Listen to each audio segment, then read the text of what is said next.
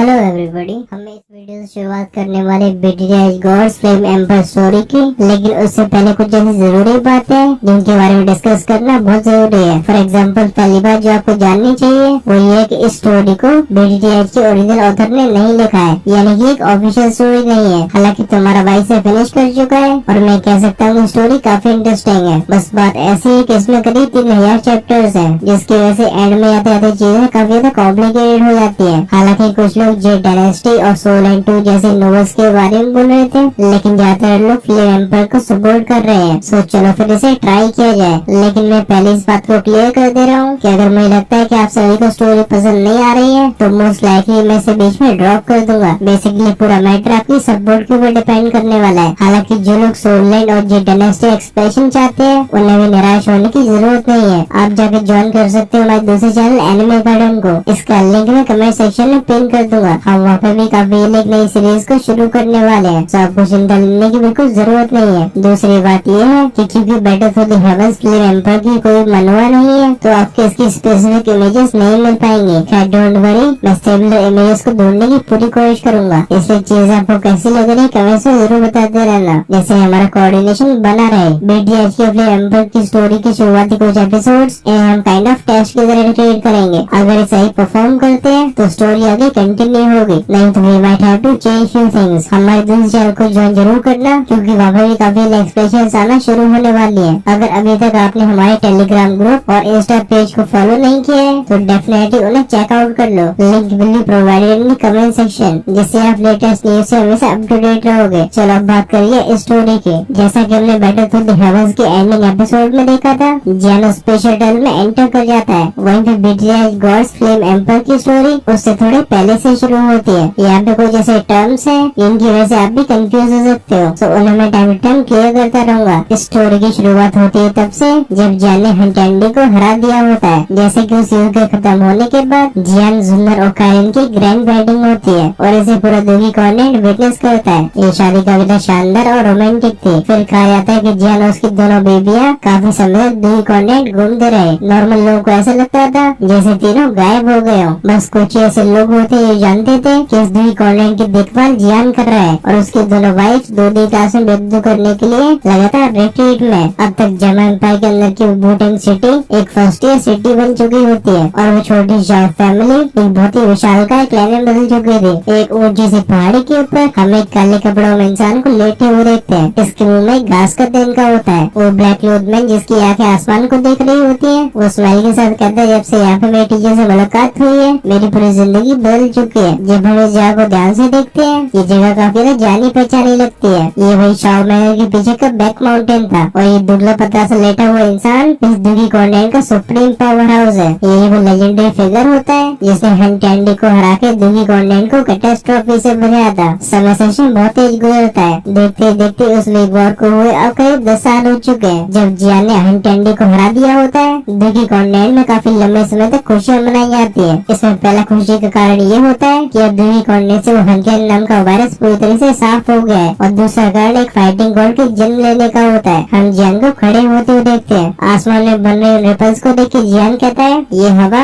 ये बिल्कुल वैसे ही है। समय बहुत तेज निकल गया। भले जियान यहाँ पे खड़ा हो गया, लेकिन सरप्राइजिंग बात ये थी कि उसके नीचे घास पर खड़े होने के बाद भी वो घास की पत्तियां बिल्कुल झुकती नहीं है, वो अब एकदम सीधी खड़ी हुई थी। तभी सामने का स्पेस फटता है। एक ब्यूटीफुल फिगर उसमें से बाहर आई थी। वो जियान को देख के स्माइल करती है। तुरंत ही जियान के कानों में उसकी क्रिस्पी सी आवाज जाती है। वो कहती है, ब्रदर जियान। जैसे जियान का ध्यान जुन्नर के चेहरे पे जाता है, उस ब्यूटीफुल सी स्माइल को देख के वो भी खुश हो गया था। जियान कहता है, सक्सेसफुल। जुन्नर जियान को चमकती हुई आंखों से देखते हुए बोलती है, ऐसा तो बिग ब्रदर जियान आपकी हेल्प की वजह से हो पाया है। अगर आपने उस मिस्टीरियस प्लेन चैनल को ओपन करके हमें उस ओरिजिन चीज को ऑब्जर्व करने का मौका नहीं दिया होता तो शायद अब भी इस दुखी कॉन्टिनेंट में कोई भी 2 दिन ब्रेकथ्रू नहीं कर पाता। ये सुन के जियान जुन्नर को टाइटली हग कर लेता है। वो कहता है, जब तुम्हारे फादर ने यहाँ पे टॉर्च एशियन रेड को हासिल करने के लिए दिया था, शायद उन्होंने कभी सोचा नहीं होगा कि वो इतनी कीमती चीज को खो देंगे। जुन्नर की आंखें इस वुटेंग सिटी के बैक माउंटेन को देखती है। वो भी थोड़ा सा कॉम्प्लिकेटेड महसूस करती है। आखिरकार हर एक चीज की शुरुआत यहाँ से हुई। यहीं पे दोनों का बचपन गुजरा जिसकी वजह से दोनों साथ आ पाए हैं। जूनियर कहती है बेगुदे जियान, आप हमेशा से मेरे दिल के हीरो रहे हो। ये सुन के ठरकी जियान अपने आप को कंट्रोल नहीं कर पाता, वो सीधे जूनियर के लिप्स पे हमला कर देता है। ये देख के शुरुआत में जूनियर भी चौंक गई थी, लेकिन इस बार वो भी पीछे नहीं हटती और कुछ इस तरीके से वुडन सिटी के बैक माउंटेन पे और भी फूल खिलने लगते हैं। खैर जब ये दोनों एक दूसरे लिपटे हुए थे,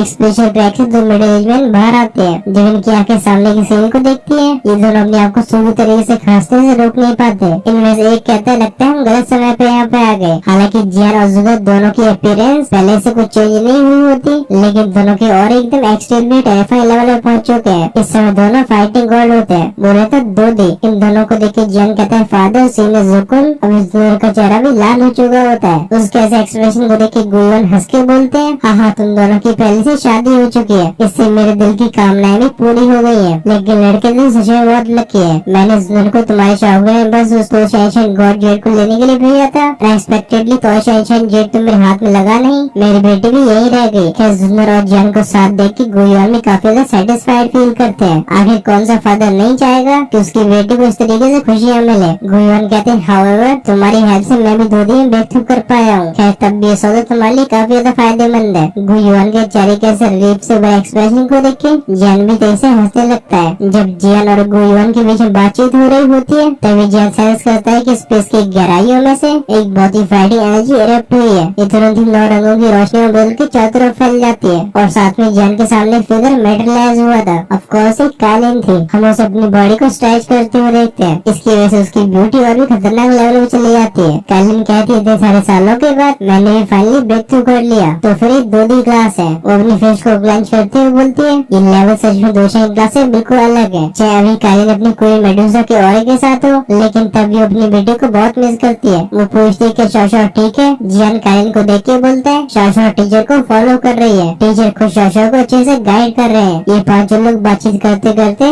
बैक माउंटेन से शाओकाइन के एंट्रेंस की तरफ आ जाते हैं। सीन चेंज हुआ था। हम देखते हैं कि इंसान को जो जियान के कंधे को थपथपाते हुए बोलता है ये ना तुम बिल्कुल चिंता मत करो, मैं यहाँ पे सब कुछ संभाल लूंगा, तुम बिल्कुल टेंशन फ्री होकर हंस जा सकते हो। वो नई दुनिया इस दुनिया के कंटेंट से पूरी तरह से अलग होगी, इस वजह से तो बहुत ही केयरफुल रहना होगा। ऑफ कोर्स इंसान जो कि जियान से इस तरीके से बात कर रहा है उसके फादर के अलावा कौन हो सकते थे। जब से उसके हंटेंडे के बीच की बैटल खत्म हुई थी, शाओकाइन के ग्रेनेड की पोजीशन को उसने अपने फादर को लौटा दिया था। इस समय शाओ फैमिली बहुत ही शानदार तरीके से फ्लरिश हो रही होती है। चारों तरफ शरारती बच्चे हंस के रहे होते हैं। जियान के 2D क्लास में ब्रेकथ्रू करने की वजह से शाओकाइन की ब्लड लाइन एक्टिवेट हो गई होती है। इस वजह से वो लोग जिनकी जियान से काफी क्लोज ब्लड लाइन है, उनकी स्ट्रेंथ एकदम स्काई रॉकेट हो जाती है। इनके लिए इम्प्रूव करना बहुत आसान था। बस कुछ ही सालों में शाओ फैमिली अब दुनिया कंटेंट के पीक पे पहुंच चुकी है। ऑफ कोर्स इसका सबसे बड़ा कारण जियान था। शांति से अपने परिवार से विदाई लेने के बाद ये तुरंत सेंट्रल प्लेस में अपीयर होते हैं। इन 5 को पता होता है कि दोदी को कभी न कभी जगह से जाना ही होगा। सेंट्रल प्लेस की वो जगह जहाँ पे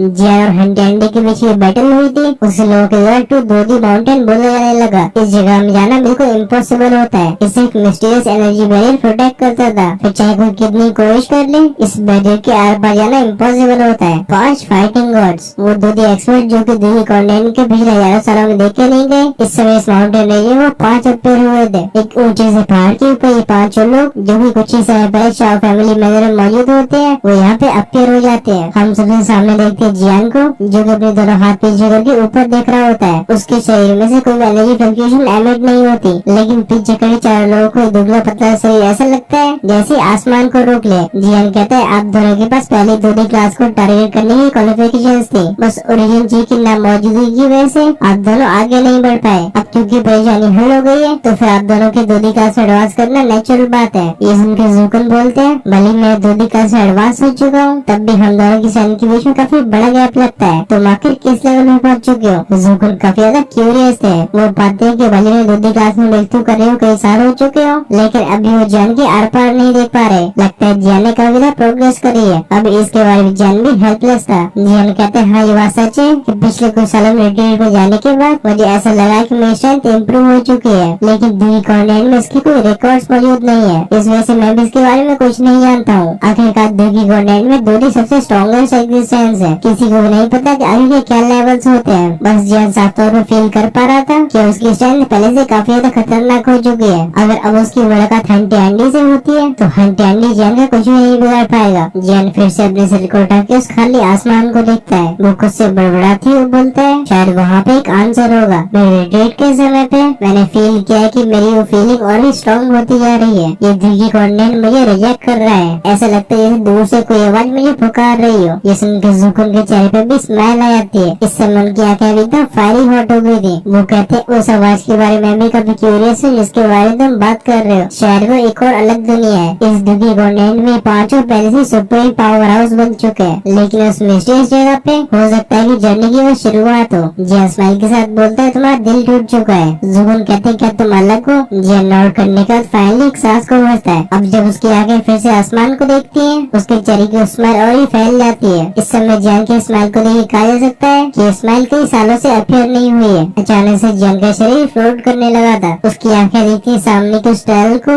झुकने यानी कितनी मिस्ट्री से भरी हुई है। अभी उसकी वो काम आंखें फिर से एकदम हॉट हो गई थी। वो कहता है, पिछले 10 सालों से ट्रेनिंग करने की वजह से लगता है मैं फाइट करने की फीलिंग को भूल चुका हूँ। जुकुन जो कि उभर के जियान के बगल में आ गए थे, उनकी वो चमकती हुई आंखें सामने के पैसेज को देखती है। वो एक हल्की सी आवाज में कहती है, क्या ये उस जगह पर जाने का रास्ता है? ये सुन के जियान बॉय से कोड लेता है, लेकिन हम उसे नोट करते हुए देखते हैं। वो कहता है, अगर ऐसी बात है चलो चला जाए। ये कहने के बाद उसका शरीर और भी ऊपर जाने लगा था। जैसे जैसे उसकी बॉडी राइज होती है, हम उस खुले आसमान को अचानक से भरते हुए देखते हैं। इस समय चारों तरफ 2000 किलोमीटर का दायरा उन काले बादलों से ढक गया होता है। एट द सेम टाइम जो लोग इस सीन को देख रहे होते हैं, उनके चेहरे एकदम हॉरर से भरे थे। अनगिनत लोगों की आंखों के सामने इस माउंटेन रेंज के ऊपर का स्पेस भयानक तरीके से चढ़ने लगता है। एंड में ही एक्सट्रीमली टेरिफाइंग एनर्जी फ्लक्चुएशन फैली थी, एक डार्क टनल के शेप को ले लेती है। इस काले रास्ते को देख के जियान तुरंत अपनी उंगली को फ्लिक करता है। चार रोशनियां जोर के हाथों में आती हैं। वो कहता है, अपने सोल इम्प्रिंट के साथ अपने सोल्जर्स को एक दूसरे से एक्सचेंज करो, जिससे अगर कोई एक्सीडेंट होता है तो हमें एक दूसरे की लाइफ और डेथ सिचुएशन के बारे में पता रहेगा। और आप सभी इन मैसेज पेज को भी रख लो। वो अनजान दुनिया बहुत ही टेरिफाइंग है और हमें ऐसे अनजान जगह का सामना बहुत ही ध्यान से करना होगा। जब सुंदर अपने हाथ को खोलती है, यहाँ पे 4 अंगूठियां मौजूद होती है। इनके अंदर कुछ 9th ग्रेड की गोल्डन पेस मौजूद थी। दूसरी क्लास में ब्रेक थ्रू करने के बाद जियान ने रिफाइन किया होता है। इस समय जियान की पिल रिफाइनमेंट स्पेल से अनमैचेबल हो चुकी है। अब वो इन पेल्स को आसानी से रिफाइन कर पाता है। ये 9th ग्रेड की मेडिसिन पिल्स इस जर्नी में सभी काफी ज्यादा काम आने वाली है। आखिरकार ये दूधी के द्वारा रिफाइन कर दी गई है। नॉर्मल मेडिसिन पिल्स इनसे कंपेयर नहीं करी जा सकती। जब जियान बात कर रहा होता है, उसका चेहरा काफी ज्यादा सोलम था। इस काले रंग के रास्ते से जियान को खतरा महसूस हो रहा है। जियान की स्टैंड के साथ भी वो इस चीज के आर पार नहीं देख पा रहा। इस वजह से और भी कॉशियस रहना होगा। जियान पीछे मुड़ के काले जुनून से बोलता है, जब तुम पैसेज में एंटर करो तुम मेरे करीब रहना, हमें सेपरेट नहीं होना है। अगर तब भी तुम्हें कोई परेशानी का सामना करना पड़ता है तो तुम्हारी सबसे पहले प्रायोरिटी अपने आप को प्रोटेक्ट करने की होगी। चाहे भले हमें वर्स्ट केस सिनेरियो का सामना करना पड़े, इन सोल्जर्स की हेल्प से हम एक दूसरे को ढूंढ पाएंगे। किसी को भी इस नई दुनिया के बारे में कुछ खास पता नहीं होता। भले ही वो दूसरी कॉन्टिनेंट में सुप्रीम एक्सपर्ट्स बन चुके हो, ये नियम दूसरी दुनिया पर लागू नहीं होगा। कालिन और जुनून दोनों को पता होता है कि जियान की कही हर एक बात बहुत जरूरी है। इस वजह से दोनों ही लोग चुपचाप से नोट कर देते हैं। कुछ और इंस्ट्रक्शंस को इशू करने के बाद जियान गहरी सांस को लेता है। उसके चेहरे का एक्सप्रेशन काफी सीरियस हो चुका था। तुरंत ही उसके दोनों हाथ जुनून और कालिन के हाथों को पकड़ते हैं। अगले पल वो एक रे ऑफ लाइट में ट्रांसफॉर्म हो गया था। वो बिजली की रफ्तार से